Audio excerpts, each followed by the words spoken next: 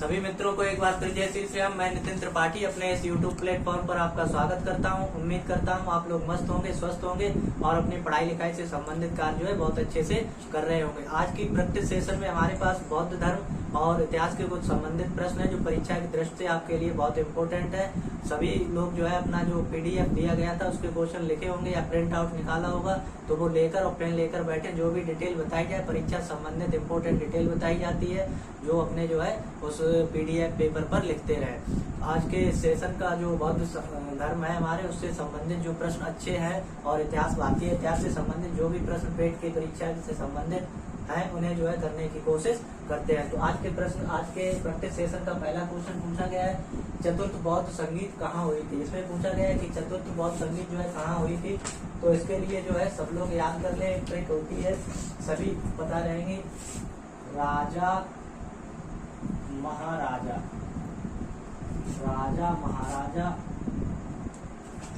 राजा महाराजा आजा, वैशाली, वैशाली सबका काल है। ट्रिक याद रखनी है सभी को। राजा, आजा, महाराजा, वैशाली सबका काल है। यहाँ पे लिख लो पटाओ मत आशिक, पटाओ मत आशिक, कुंवर मित्र कंगाल है। ट्रिक याद रखनी है। क्या ट्रिक है? राजा महाराजा आजा, वैशाली सबका काल है और पटाओ मत आशिक, कुंवर मित्र कंगाल है। इससे देखिए क्या निकलता है।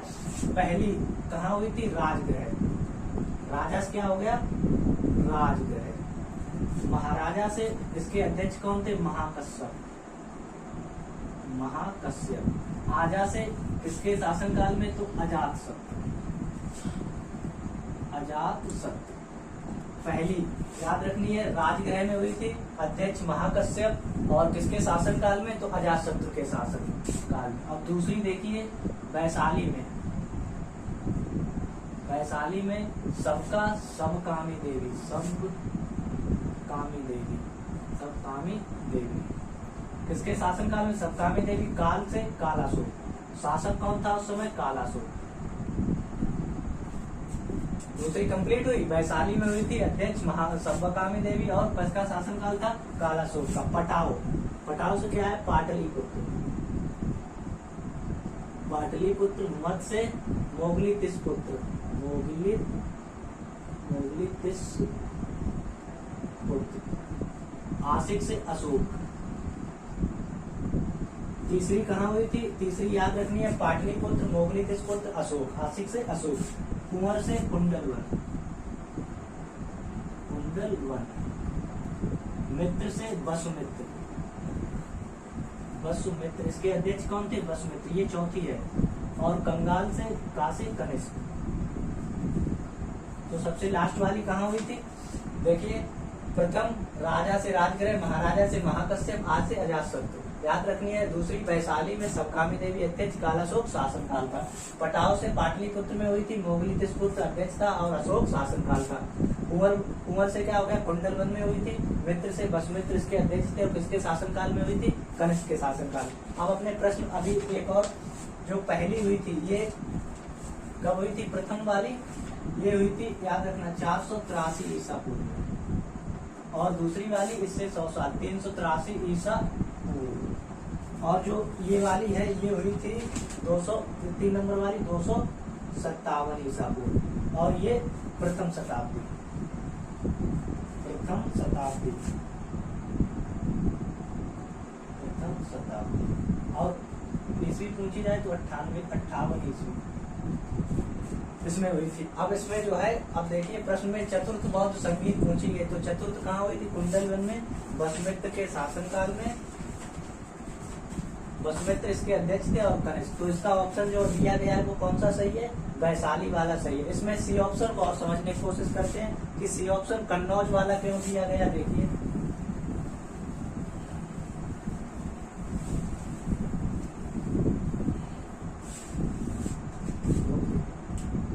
दिया गया है कन्नौज, तो हमें याद रखना है कन्नौज में 5वीं बौद्ध संगीत हुई थी, 5वीं बौद्ध संगीत। अब देखिए बौद्ध संगीत 5वीं। अब यहाँ पे कन्नौज में 646 में हुई थी। कब हुई थी? 646 ईस्वी में।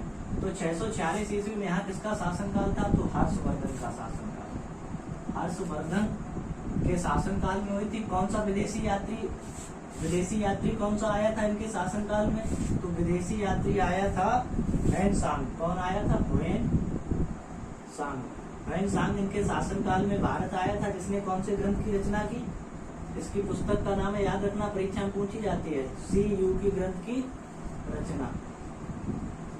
सभी को याद रखना है कन्नौज की 5वीं बौद्ध संगीत थी, 646 ईस्वी में हुई थी। शासनकाल हर्षवर्धन का था।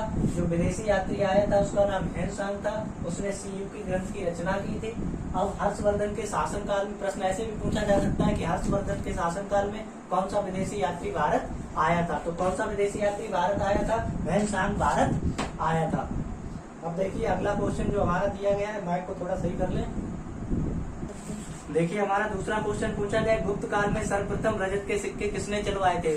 गुप्त काल में सर्वप्रथम रजत के सिक्के किसने चलवाए थे? तो उसमें नाम आता है चंद्रगुप्त द्वितीय का। ऑप्शन कौन सा सही हो गया? चंद्रगुप्त द्वितीय का। आप देखिए इसने जो है कौन से सिक्के चलवाए थे? समुद्रगुप्त ने। तो समुद्रगुप्त ने बीड़ा वादक प्रकार के सिक्के पूछा जाता है, बीड़ा वादक प्रकार के सिक्के, याद रखना है सिक्के। जब इसने ये बीड़ा वादक प्रकार के सिक्के चलवाए तब इसे जो है कविराज की उपाधि मिली, कविराज की उपाधि। फिर एक बार बोल रहा हूँ कि डिटेल जो भी बता रहा हूँ वो परीक्षा की दृष्टि से आपके इम्पोर्टेंट है। सभी डिटेल को विशेष प्रकार से लिख लेना है और वीडियो को अंत तक जरूर देखें और ज्यादा से ज्यादा शेयर करने की कोशिश करें और जो है अपने दोस्तों को, नजदीकी दोस्तों को बताएं। अब देखिए अगला क्वेश्चन क्या है हमारे पास, इसी में बताना है। हाँ, बीड़ा वादक सिक्के चलवाए थे और इसने जो है दूसरा कौन सा, इसने अश्वमेध यज्ञ कराया था। अश्वमेध यज्ञ किसने करवाया था? समुद्रगुप्त ने अश्वमेध यज्ञ। और दूसरा, और इसने सिक्के चलवाए थे व्याघ्र हनन प्रकार के, व्याघ्र हनन प्रकार के सिक्के चलवाए सिक्के।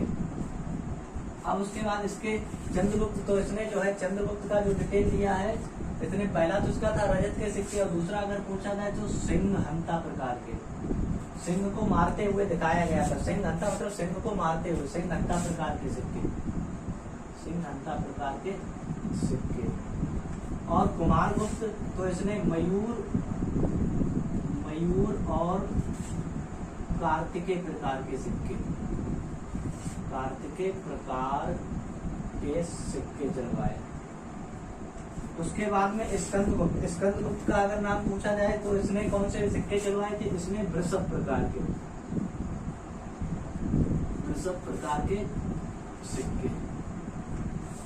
हो गया पूरा कंप्लीट। डिटेल को लिख लेना है और डिटेल को सभी लोग जो है अच्छे से लिखें अपने उस पे जो भी PDF निकलवाया या अपने क्वेश्चन राइट किया। देखिए क्वेश्चन नंबर 3 की तरफ बढ़ते हैं। देखिए क्वेश्चन नंबर 3 क्या है? क्वेश्चन नंबर 3 दिया गया, पशुपात संप्रदाय किस धर्म से जुड़ा है? पशुपात जो संप्रदाय है वो किस धर्म से जुड़ा हुआ है? आइए देखते हैं। पशुपात संप्रदाय जो है शैव धर्म से, किस धर्म से जुड़ा हुआ है? शैव धर्म से। अब देखिए बौद्ध धर्म, बौद्ध धर्म का हम सब लोग जानते हैं कि ये 2 शाखाओं में बटा था, हीनयान और महायान शाखा। महायान एक शाखा और थी इसकी, कौन सी? वज्रयान, वज्रयान। उसके बाद में जैन धर्म किन 2 शाखाओं में गया? वैष्णव धर्म, ये भागवत धर्म, भागवत धर्म। सभी डिटेल लिखते रहना है। जैन धर्म 2 शाखाओं में गया था, कौन कौन सी? एक श्वेतांबर और दूसरा कौन सी थी? दिगंबर। याद रखना है, अगर पशुपात जोड़ा जाता है तो शैव धर्म से, बौद्ध धर्म 2 शाखाओं में हीनयान, महायान और वज्रयान। जैन धर्म श्वेतांबर और दिगंबर। वैष्णव धर्म भागवत धर्म से संबंधित रखता था। अब देखिए क्वेश्चन नंबर 4। अब देखिए क्वेश्चन नंबर 4, बुद्ध की सर्वप्रथम मूर्ति किस कला के तहत बनाई गई थी? बुद्ध की सर्वप्रथम मूर्ति किस कला के तहत बनाई गई? तो वो मथुरा कला के तहत। प्रश्न नंबर का उत्तर, तुम्हारे 4 का उत्तर कौन सा होगा? मथुरा कला। गांधार कला का सर्वाधिक विकास किस काल में हुआ? सर्वाधिक विकास, अगर सर्वाधिक विकास पूछा जाए तो कुषाण वंश में, कुषाण वंश में। इसी को जो है, कुषाण वंश को जो है इंडो ग्रीक, और इंडो ग्रीक के बाद इसको ग्रीको रोमन, ग्रीको रोमन, और तीसरा Greco Buddhist, Greco Buddhist, Greco Buddhist नाम से जानते हैं कुषाण वंश, ठीक है। और मथुरा कला का अगर पूछा जाए तो इसका सर्वाधिक विकास, और अगर पूछा जाए सर्वाधिक मूर्ति जो बनी है वो किसमें बनी है, इस काल में, और सबसे तहत यहाँ लिख लेना है, देखो डिटेल ऐसे लिखनी है, प्रथम इससे बनी है, प्रथम मूर्ति। और जो सर्वाधिक मूर्ति बुद्धि की बनी है वो किस कला के तहत बनी है, गांधार कला की। उसके बाद अमरावती कला का विकास जो है सातवाहन वंश में हुआ, सातवाहन वंश। और ये तो इस्लामिक कला पता ही है, मुगल वंश से संबंधित रखती है, इसकी डिटेल ये थी। अब क्वेश्चन नंबर 5 की डिटेल देखते हैं। देखिए अब पूछा गया है क्वेश्चन नंबर 5 में कि सत्यमेव जयते किस उपनिषद से लिया गया है। सत्यमेव जयते को जो है किस उपनिषद से लिया गया है, सभी को पता है किससे लिया गया है, मुंडकोपनिषद से। अब क्या हमें ये बताएंगे कि मुंडकोपनिषद किस वेद का भाग है, तो अगर ये पूछा जाता है मुंडकोपनिषद किस वेद का भाग है, तो ये अथर्ववेद का, अथर्ववेद का। ये भी जो है अथर्ववेद का, प्रश्नोपनिषद किसका भाग है, अथर्ववेद का, ये भी अथर्ववेद का। ये मांडूकोपनिषद जो है ये भी जो है किसका भाग है, अथर्ववेद का, अथर्ववेद का। ये भी किसका भाग है, अथर्ववेद का। अगर पूछा जाए अथर्ववेद का सबसे छोटा भाग तो कौन सा, सबसे छोटा भाग, सबसे छोटा भाग कौन सा है, मांडूकोपनिषद। और ईशोपनिषद ये यजुर्वेद का भाग है, किसका, यजुर्वेद का भाग, ठीक है। इसी तरह इसकी डिटेल लिख लेनी है। अब देखिए क्वेश्चन नंबर 6, बहुत इंपॉर्टेंट क्वेश्चन है। देखिए क्वेश्चन नंबर 6, भारत का मैकियावेली। इससे पहले जो प्रैक्टिस करी थी उसमें हमने बताया था कि भारत का मैकियावेली किसे कहते हैं, और इसी प्रैक्टिस में फिर दोबारा पूछा गया, यानी कि ये जो है इंपॉर्टेंट क्वेश्चन है आपकी परीक्षा के लिए, बहुत बार पूछा जा चुका है। तो भारत का मैकियावेली, सबसे पहले मैकियावेली के बारे में जानते हैं हम कि मैकियावेली कौन था। ये इटली का राजनीतिज्ञ था। कहाँ का, इटली का राजनीतिज्ञ, राजनीतिज्ञ, कहाँ का, इटली का राजनीतिज्ञ। इसकी रचना कौन सी है, इसने कौन सी रचना लिखी है, तो द प्रिंस। इसकी रचना का नाम द प्रिंस किताब, यानी कि इसकी किताब जो थी वो कौन सी थी, द प्रिंस। अब देखिए पूछा गया भारत का मैकियावेली, हमने बताया था चाणक्य। चाणक्य ने कौन सी पुस्तक लिखी, अर्थशास्त्र, अर्थशास्त्र। चाणक्य का रचना अर्थशास्त्र का नाम क्या था, कौटिल्य, कौटिल्य। और इसे कितने घनानंद ने जो है अपने दरबार में अपमानित किया था, जिसके फिर जाके इन्होंने चंद्रगुप्त मौर्य को बनाया। उसके बाद इसका जो है हत्या करके इसका बदला लिया। इतिहास जो है हमने बताया था ऑफलाइन क्लासेस में, पूरी बात बताई थी। अब देखिए यहाँ पे अश्वघोष, अश्वघोष को क्या कहते हैं, इनका जो है ये ऑप्शन अश्वघोष। अगर इनकी उपाधि पूछी जाए तो इन्हें भारत का मिल्टन, डिटेल को बड़ी अच्छी से लिखना है, सभी को देखना है। भारत का मिल्टन किसे कहते हैं, अश्वघोष को। नागार्जुन, भारत का आइंस्टीन, भारत का आइंस्टीन। सभी की उपाधि लिख लेनी है, बहुत अच्छे क्वेश्चन है, किसी को छोड़ना नहीं है। भारत का मिल्टन अश्वघोष, भारत का आइंस्टीन नागार्जुन। अब बच्चे कालिदास, भारत का शेक्सपियर, भारत का शेक्सपियर। देखिए एक क्वेश्चन से कितने क्वेश्चन तैयार होते हैं, एक क्वेश्चन से हमारे समझ में तो 4-5 क्वेश्चन तैयार होते हैं। मैकियावेली इटली का राजनीतिक, पुस्तक का नाम द प्रिंस, भारत का मिल्टन अश्वघोष, भारत का आइंस्टीन नागार्जुन, और चाणक्य ने अर्थशास्त्र रचना लिखी कौटिल्य, भारत का शेक्सपियर कालिदास को। अब देखते हैं अगला क्वेश्चन कौन सा है। अगला क्वेश्चन पूछा गया क्वेश्चन नंबर 7, गौतमीपुत्र सतकर्णी की जानकारी किस अभिलेख से मिलती है। गौतमीपुत्र सतकर्णी की जानकारी किस अभिलेख से, तो ये मिलती है नासिक के अभिलेख से। इसे किसने लिखवाया था, तो इसे लिखवाया था गौतमी बालाश्री, गौतमी बालाश्री ने, ठीक है। इसी को फ्यूनरल अभिलेख कहते हैं। क्या कहते हैं, फ्यूनरल, इसी को कहा जाता है फ्यूनरल अभिलेख। अब यहाँ पे फ्यूनरल शब्द आया तो इसका मतलब क्या है, इसका मतलब होता है मरने के बाद, मरने के बाद। इंपोर्टेंट है, याद रखना। फ्यूनरल अभिलेख, मरने के बाद गौतमी बालाश्री ने नासिक का लिखा गया था। उसके बाद में नानाघाट, ये किसने लिखवाया था, ये लिखाया था सतकर्णी, सतकर्णी प्रथम ने। इसमें भूमिदान की जानकारी है, किसकी जानकारी है, भूमिदान की जानकारी। अब इसमें देखिए रुमिंदेई किसने लिखवाया, अशोक ने। किसने लिखवाया, रुमिंदेई लिखवाया, अशोक ने। किस आर्थिक नीति से जुड़ा है, किससे जुड़ा है, आर्थिक नीति से जुड़ा है। और सबसे छोटा है, सबसे छोटा, इसलिए इतनी जानकारी लिख लेनी है। अब जूनागढ़ का अग्नि किसने लिखवाया था? रुद्रदमन ने, रुद्रदमन, रुद्रदमन ये लिखवाया था रुद्रदमन ने। और इसमें किस बात की जानकारी मिलती है? रुद्रदमन ने लिखवाया था, इसमें जो है अशोक द्वारा सुदर्शन झील का निर्माण, सुदर्शन झील का निर्माण। तो इस क्वेश्चन की जो डिटेल थी वो हमने जो है पूरी लिख दी है। आप अपने जो है पीडीएफ या जो भी लिखा हो उस पर देख सकते हैं। क्वेश्चन नंबर 8 को देखते हैं। आइए क्वेश्चन नंबर 8 देखते हैं। क्वेश्चन नंबर 8 हमारी पीडीएफ में दिया गया, अग्रमीज किसकी उपाधि थी? अग्रमीज किसकी उपाधि थी? याद रखना, अजातशत्रु, हमने ऑफलाइन क्लासेस में बताया था अजातशत्रु की उपाधि क्या थी? पुड़िक। और इसकी महापद्म नंद की एक राट, बिंदुसार की अमित्रघात। ऑफलाइन क्लासेस में सभी को बताया था अमित्रघात। अब कौन बचा है? घनानंद, घनानंद ही बचा है। अगर ये पूछा जाए किसके समकालीन था तो सिकंदर के समकालीन, सिकंदर के समकालीन। ठीक है, ये इसकी डिटेल थी। अजातशत्रु की उपाधि पुड़िक, महापद्म नंद की एक राट और बिंदुसार की अमित्रघात। घनानंद की कौन सी होगी? अग्रमीज। इंपोर्टेंट है, याद रखना, सिकंदर के समकालीन था।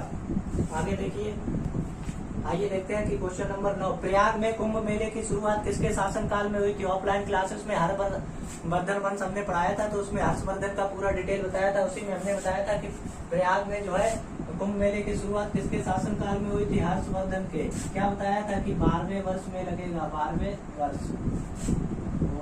वर्ष। कितनी जगह पे लगता है? तो प्रयाग में कहाँ लगता है? संगम पर, गंगा यमुना और सरस्वती। उसके बाद प्रयाग के बाद कहाँ पे लगता है? दूसरा उज्जैन। उज्जैन में किस नदी के किनारे? तो याद रखना है, शिप्रा नदी के किनारे। उसके बाद नासिक, नासिक में किस नदी के किनारे? नासिक में गोदावरी नदी, गोदावरी नदी के किनारे।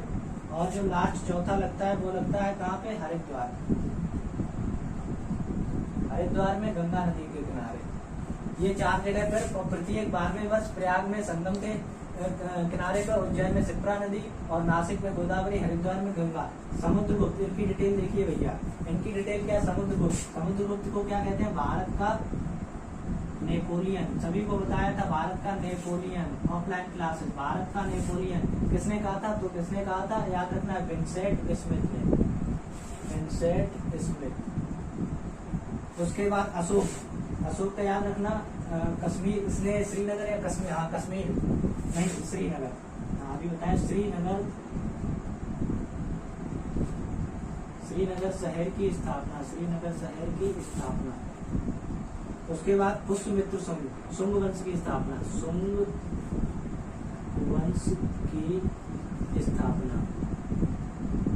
याद रखना है सभी की डिटेल ये। और वीडियो को ज्यादा से ज्यादा जो है शेयर करने की कोशिश करें, जिससे पढ़ाने में जो है और अच्छा लगे, व्यूज ज्यादा आएंगे तो ज्यादा अच्छा मन लगता है। देखिए क्वेश्चन नंबर 10। आइए देखिए, खो मंदिर कहाँ स्थित है? क्वेश्चन नंबर 10 दिया गया है, खो मंदिर कहाँ स्थित है? तो खो मंदिर जो है, खो मंदिर मध्य प्रदेश। अगर जिला पूछा जाता है तो नागौर, नागौर जिला। और उत्तर प्रदेश का जो मैन मंदिर पूछा जाता है परीक्षाओं में सबसे ज्यादा, वो दशावतार, दशावतार मंदिर, दशावतार मंदिर। ये कहाँ है? ये दशावतार मंदिर जो है देवगढ़ झांसी, देवगढ़ झांसी याद रखना है। उसके बाद बिहार ऐसे ही रखना है, कुछ नहीं करना। राजस्थान दिलवाड़ा मंदिर, दिलवाड़ा मंदिर कहाँ पे है ये? तो ये माउंट आबू, माउंट आबू। ठीक है, किसकी मूर्ति है? तो ऋषभ देव की, ऋषभ देव की। इसी तरह से इसकी डिटेल लिख लेनी है। अब आगे देखते हैं क्वेश्चन नंबर 11। क्वेश्चन नंबर 11, ऋग्वैदिक काल की महत्वपूर्ण फसल कौन सी थी? ऋग्वैदिक काल की महत्वपूर्ण फसल याद रखना कौन सी थी? यव को क्या कहते हैं? जौ, जौ। व्री को क्या? जौ। और व्री को क्या कहते हैं? चावल, चावल। अगर उत्तर वैदिक काल पूछा जाता है, उत्तर वैदिक की महत्वपूर्ण फसल, उत्तर वैदिक की महत्वपूर्ण फसल। ठीक है, उत्तर वैदिक की महत्वपूर्ण फसल कौन सी होगी? चावल। और वैदिक काल की जौ। उसके बाद गोधूम को क्या कहते हैं? गेहूं। सभी को ऑफलाइन क्लासेस में बताया था। उसके बाद मांस को क्या कहते हैं? उड़द, उड़द। और अगर महत्वपूर्ण पशु पूछा जाता है इसका तो गाय। गाय को क्या क्या नाम था इनका? अगन्या। ठीक है, ये क्वेश्चन नंबर 11 की डिटेल थी। अब क्वेश्चन नंबर 12 देखते हैं। देखिए क्वेश्चन पूछा गया, हाथी गुम्फा अभिलेख किसने लिखवाया था? हाथी गुम्फा अभिलेख किसने लिखवाया था? तो देखिए इसे,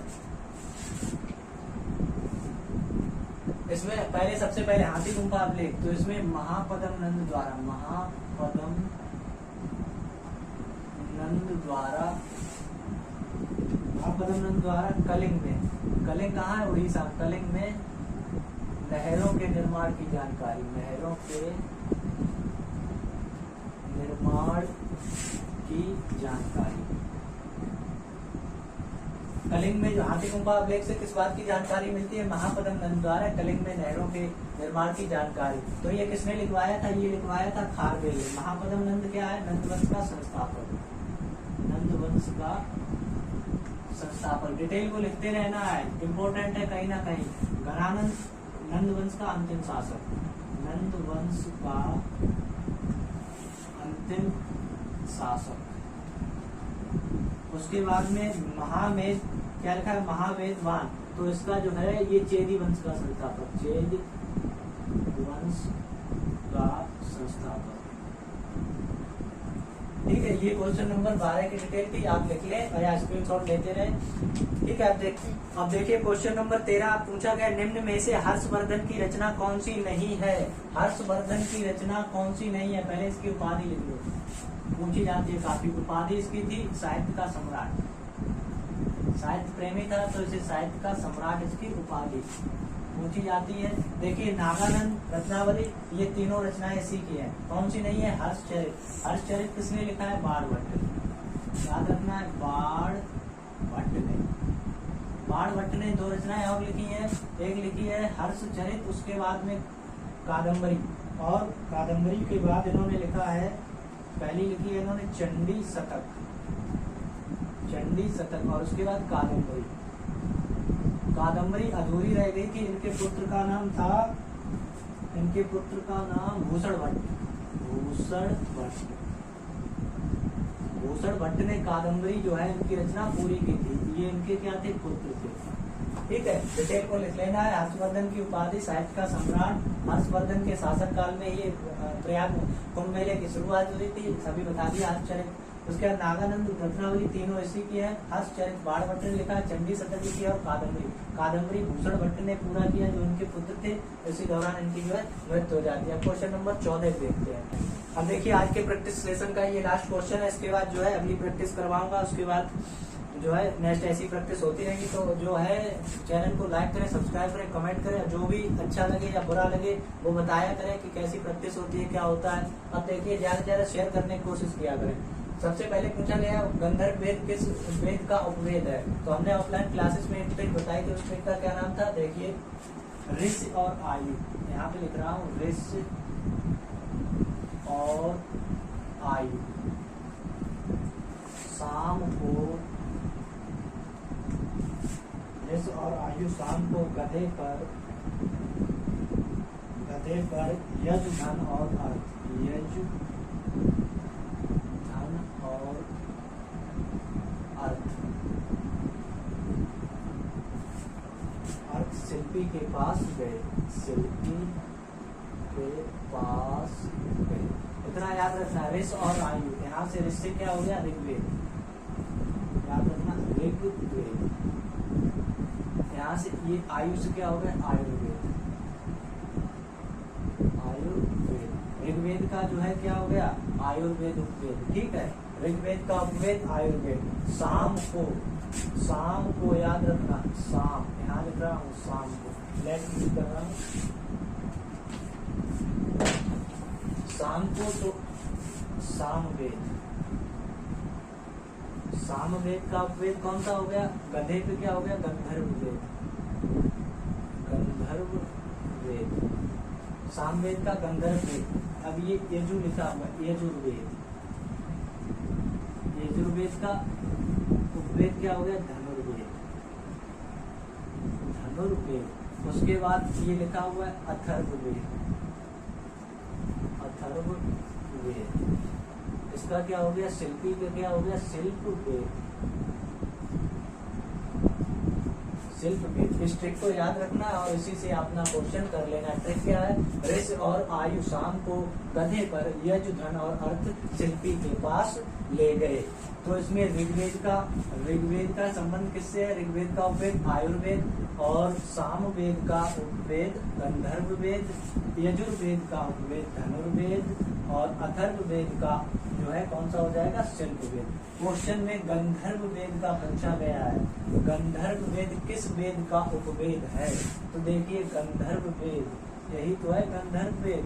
गंधर्व वेद के क्या है, सामवेद, यानी कि ये किसका हो गया, सामवेद का। सभी की डिटेल लिख दी है और यहाँ पर भी लिखे दे रहा हूँ सभी के। ट्रिक से ना याद हो तो अपने ऐसे याद कर लेना। देखिए पहला ऋग्वेद, तो ऋग्वेद का संबंध किससे हो गया, आयुर्वेद से, इसका उपवेद आयुर्वेद। फिर देखिए यजुर्वेद किससे जा रहा है, धनुर्वेद, धनुर्वेद। उसके बाद अथर्ववेद का शिल्पवेद। पूछा जाता है परीक्षा में, परीक्षा बहुत ज्यादा पूछा जाता है, याद रखना है। ट्रिक भी लिखी हुई है, जैसे याद कर पाओ अपना इसी तरह। आज के क्वेश्चन का, आज के प्रैक्टिस सेशन का ये लास्ट क्वेश्चन था। उम्मीद करता हूँ आप लोगों को पसंद आया होगा। अगर पसंद आए तो ज्यादा से ज्यादा शेयर करने की कोशिश करें। एक बार फिर सभी को जय श्री श्याम।